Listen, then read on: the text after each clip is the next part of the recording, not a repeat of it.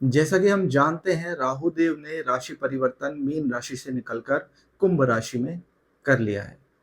क्योंकि राहु हमेशा वक्र चलते हैं, तो यानी ये पिछली वाली राशि से निकलकर आगे नहीं आते। ये जो राशि चल रही होती है उससे एक राशि पीछे जाते हैं और फिर अपना गोचर प्रारंभ करते रहते हैं।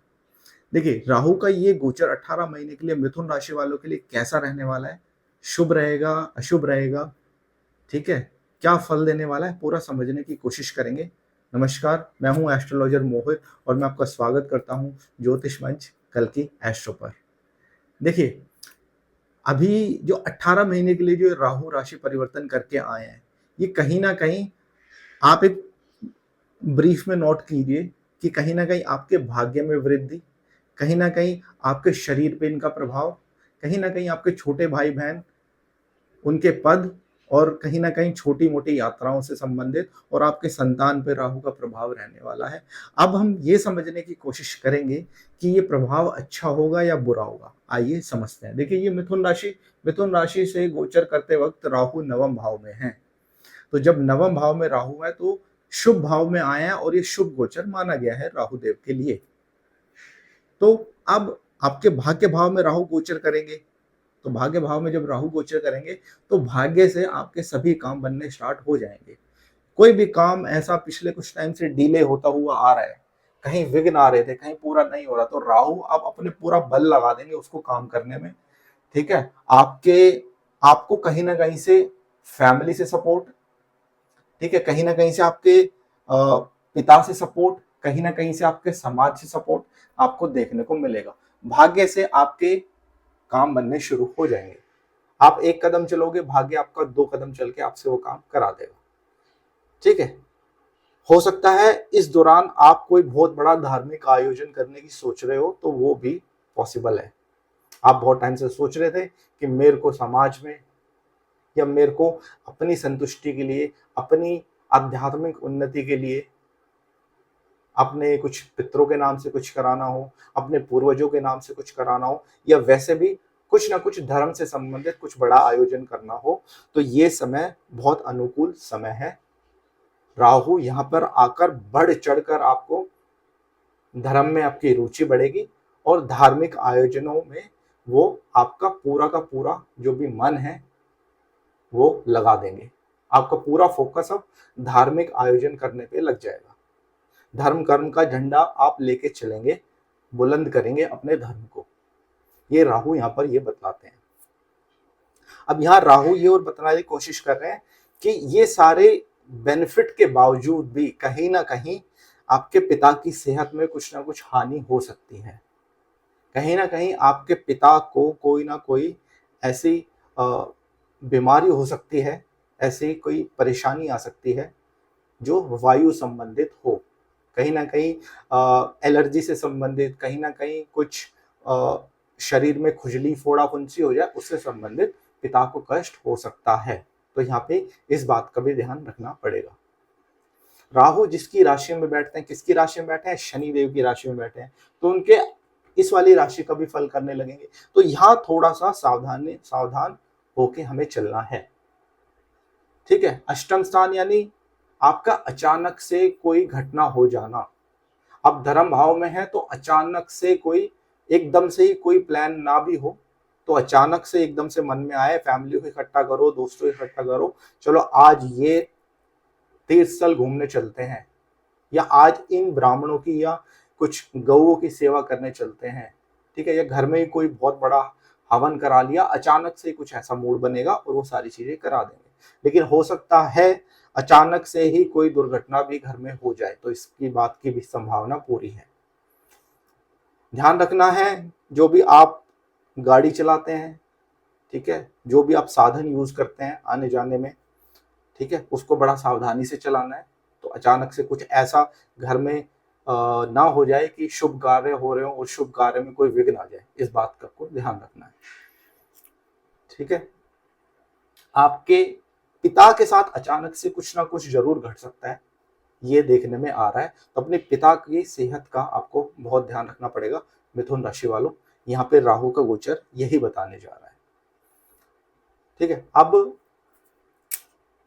ये अचानक वाला भाव है और ये इसको त्रिकोण में धन भाव भी बोलते हो। तो हो सकता है अचानक से आपके पास, आपने एक्सपेक्ट नहीं किया इतना धन आपके पास आ जाए। हो सकता है ससुराल वाले ही आपको कहीं ना कहीं से कोई प्रॉपर्टी या कहीं ना कहीं से अच्छा खासा धन दे दें। ठीक है, ससुराल वाले से आपको धन की सहायता मिल जाए, ये भी संभावना है। अचानक से कहीं शेयर मार्केट, लॉटरी, अगर ऐसी जगह पैसा लगाया तो अचानक से ही उसमें वृद्धि हो जाए, पैसों का भंडार सा बढ़ जाए, आपको ये समझ ही ना आए कि इतना पैसा रखा कहाँ जाए, इतना पैसा कहाँ रखूं मैं। ऐसा भी हो सकता है। और ऐसा भी हो सकता है अचानक से बहुत पैसा आए और आप कुछ ऐसे गलत संग में पड़ के गलत चीजों में अपना पैसा बर्बाद भी कर दो। तो जो पैसा आए उसको बहुत सोच संभाल के आगे के लिए, फ्यूचर के लिए बचा के रखना है। ऐसा नहीं कहीं से कोई बहुत बड़ी अमाउंट आई और आपने उसको तुरंत कहीं शेयर मार्केट या कहीं लॉटरी सट्टा में फिर लगा दिया। ऐसा नहीं करना है, नहीं तो परेशानी हो जाएगी। ठीक है, ससुराल से कोई प्रॉपर्टी भी मिल सकती है, ये भी मैंने आपको बता दिया। अब देखिए राहु की एक दृष्टि कहाँ होगी, 1 2 3 4 5, तो एक दृष्टि राहु यहां पर देने जा रहे हैं, तो आपके शरीर पे एक दृष्टि रहेगी। तो एक्चुअली क्या होगा, इस दौरान आप थोड़े सेल्फिश हो सकते हो। ठीक है ना, ऐसा हो सकता है कि आप अपने बिल्कुल सेल्फ सेंट्रिक हो जाओ कि मेरे को लाभ चाहिए, ठीक है, मेरी बात मानी जाए, जो मैं बोल रहा हूं वो सच है, ये जो मैं बोल रहा हूं वही सही है। ठीक है ना, या फिर मेरे को उतनी इंपॉर्टेंस नहीं मिल रही है तो मेरे को उतनी इंपॉर्टेंस मिले। थोड़ा आप सेल्फ सेंट्रिक हो जाओ। ठीक है, हो सकता है कुछ आपके दिमाग में कुछ ऐसे प्लान्स हो, कुछ आइडियाज हो जो आप अपने ऊपर लगा के अपनी सेल्फ इंप्रूवमेंट कर सको, या फिर वो आइडिया का कोई अगर कोई और बेनिफिट लेना चाहे तो वो भी ले सकता है। लेकिन कहीं ना कहीं उसमें आप सेल्फ सेंट्रिक रहोगे, किसी की कुछ हेल्प भी करोगे तो आपको क्रेडिट चाहिए होगा। कहीं धर्म, अब जैसे मैंने बताया कि धार्मिक आयोजन करोगे तो उसमें भी आपको क्रेडिट चाहिए होगा, उसमें भी आपको ये लगेगा कि भाई मैंने धार्मिक आयोजन करा है तो लोग अब मेरे को जाने। ठीक है ना, एक होता है गुप्त करना, सारी चीजें गुप्त, आप गुप्त नहीं करोगे, आप दिखा के करोगे। ठीक है ना, ऐसा करने की कोशिश करेंगे आप मिथुन राशि वालों कि मैंने जो काम किया है अब इसका क्रेडिट मेरे को पूरा समाज दे। ठीक है, अब ये सही है गलत है ये मैं सारा आप पे छोड़ता हूँ। ठीक है, लेकिन धार्मिक कार्यों के लिए बोला जाता है कि धार्मिक कार्य, दान पुण्य ऐसा करना चाहिए कि आपने एक हाथ से किया तो दूसरे हाथ को पता भी ना लगे, जिससे कि आपके जो सारे सत्कर्म और जो पुण्य है उसका क्षय नहीं हो। क्योंकि अगर समाज में या आप किसी को दिखा के कोई दान पुण्य करने की कोशिश करोगे तो वो पुण्य तो आपने कमा लिया लेकिन कहीं ना कहीं उसका क्षय भी हो जाता है। आपको इस बात का ध्यान रखना है। उसके बाद आपको हर चीज के लिए मान सम्मान चाहिए। ठीक है, आपके गुण में लोग ये बोल सकते हैं कि यार ये इंसान दिखावे के लिए सारे काम कर रहा है। ठीक है, ये इंसान बहुत सेल्फिश है, कहीं ना कहीं इस इंसान का कोई ना कोई काम ऐसा पड़ा है जिसलिए ये इंसान ये सारा दिखावा कर रहा है। कहीं ना कहीं इसको शायद अगर पॉलिटिशियन हो तो कहीं ना कहीं अब इसको वोट्स चाहिए, इसलिए ये सारे काम, सारे धार्मिक आयोजन कर रहा है। ऐसा आपके लिए एक समाज में परसेप्शन बन सकता है। ठीक है, तो हो सकता है सामने से तो आपकी कोई बुराई ना करे लेकिन पीठ पीछे तो ये बातें हो सकती हैं। अब एक दृष्टि राहु की इस स्थान पर है, तीसरे स्थान पर। अब राहु यहाँ आपका भुजबल, पराक्रम ये तो बढ़ा देंगे। ठीक है, खूब मेहनत करने वाले हो, आपका डंका बजे पूरी सोसाइटी में, उसके लिए आप साम दाम दंड भेद सारे लगा दोगे। ठीक है, आपके बल में वृद्धि होने वाले, क्योंकि राहु यहाँ देख रहे हैं तो आपको हर जगह से सपोर्ट भी मिलेगा। ठीक है, वो आपके पराक्रम में वृद्धि करेगा। ठीक है, उससे क्या होगा, आपकी ईगो बूस्ट होगी। ठीक है, तो आपको अब ये ध्यान रखना है कि किसी के कोई भी काम करने से, क्रेडिट लेने से, या कोई भी अच्छा काम आप कर रहे हो तो उसमें है ना आपको बिल्कुल भाव ऐसा रखना है कि ये जो कराया है, ये सारा जो भी मेरे को मिल रहा है ये प्रभु की इच्छा से मिल रहा है। थोड़ा सा उसमें अहंकार वाला भाव ना आ जाए, इस बात का आपको ध्यान रखना है। ठीक है, 100% आपके बल में वृद्धि होने जा रही है, 100%, कोई भी उसमें डाउट वाली बात नहीं है। ठीक है। अब ये छोटे भाई बहन का घर है, तो छोटे भाई बहन के साथ या तो आपकी पॉलिटिक्स होगी कहीं ना कहीं, उनके साथ कहीं ना कहीं आपका मतभेद हो सकता है, ठीक है, क्योंकि राहु की दृष्टि है, कहीं ना कहीं और कोई भी ओपिनियन जो भी होगा उसमें मिसमैच हो सकता है, या हो सकता है छोटे भाई बहन की लाइफ में कुछ ना कुछ ये राहु प्रॉब्लम करने की कोशिश करें। ठीक है, यहां से ये भी समझ में आता है कि आपकी छोटी मोटी यात्राएं बहुत होने वाली है। धर्म भाव में बैठ के छोटी यात्राओं को देख रहे तो हो सकता है धार्मिक छोटी मोटी यात्राएं भी खूब हो सकती हैं, ये भी संभव है। ठीक है, अब यहाँ राहु बैठेंगे तो एक दृष्टि यहां से सीधी नवम दृष्टि स्थान पर आएगी, तो ये आपके संतान का हाउस है। ठीक है, तो ऐसा हो सकता है संतान प्राप्त करने में मुश्किल हो, अगर आपकी कोई संतान नहीं है अभी फिलहाल के लिए, तो संतान प्राप्त करने में प्रॉब्लम आ सकती है। हो सकता है कई बार गर्भ नष्ट हो, उसके बाद कोई संतान प्राप्त हो, यह भी संभव है। पढ़ाई में ब्रेक लग सकता है, अगर आप स्टूडेंट हो तो पढ़ाई से मन उचट सकता है, पढ़ाई बिल्कुल ही छोड़ सकते हो सकता है 1-1.5 साल के लिए, 18 महीने के लिए तो पढ़ाई बिल्कुल ही छोड़ दो। ठीक है, अच्छा खासा आप मार्क्स लेते हुए आ रहे थे, अच्छी खासी आपकी परफॉर्मेंस थी स्कूल में, अब ऐसा हो सकता है कि 18 महीने के लिए राहु क्योंकि दृष्टि डालेंगे तो 18 महीने के लिए आपने पढ़ना लिखना छोड़ ही दिया है। इस बात का ध्यान रखना कि अगर आपके घर में बच्चे हैं और उनके मिथुन राशि है तो ये राहु अब थोड़ा मन को भटका देंगे।